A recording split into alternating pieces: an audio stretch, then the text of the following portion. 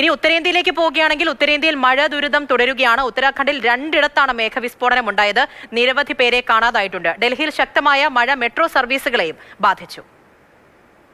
ഉത്തരേന്ത്യയിൽ മഴ ഇന്ന് കാര്യമായി പ്രശ്നമുണ്ടാക്കിയത് ഉത്തരാഖണ്ഡിലാണ്. അവിടെ 2 ഇടത്ത് മേഘവിസ്ഫോടനമുണ്ടായി. ചമോലി ജില്ലയിലെ ദവാൽ എന്ന സ്ഥലത്ത് മേഘവിസ്ഫോടനത്തിന്റെ ഭാഗമായി 2 പേർ മണ്ണിനടിയിൽ കുടുങ്ങിപ്പോയി.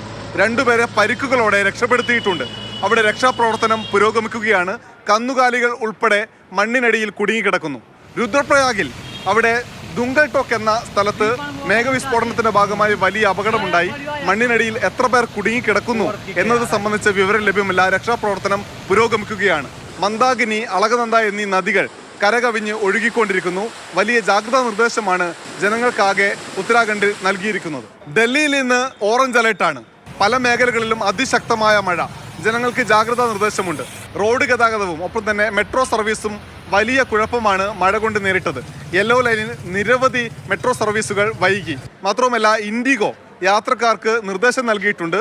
കാര്യമായ പരിശോധനകൾക്ക് ശേഷം യാത്ര എപ്പോഴാണ് ആരംഭിക്കുക, അല്ലെങ്കിൽ വൈകുന്നുണ്ടോ വിമാന സർവീസുകൾ എന്നൊക്കെ പരിശോധിച്ച ശേഷം വിമാനത്താവളത്തിലേക്ക് എത്തിയാൽ മതി എന്ന നിർദ്ദേശമാണ് യാത്രക്കാർക്ക് നൽകിയത്. എന്തായാലും 2 ദിവസം കൂടി ഡൽഹിയിൽ അതിശക്തമായ മഴ തുടരും എന്നാണ് മുന്നറിയിപ്പ്.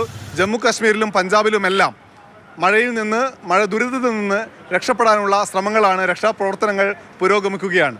ഡൽഹിയിൽ നിന്ന് ജഗദീഷ് ബിഷ്ടിനൊപ്പം അനൂപ് ദാസ്, മാതൃഭൂമി ന്യൂസ്.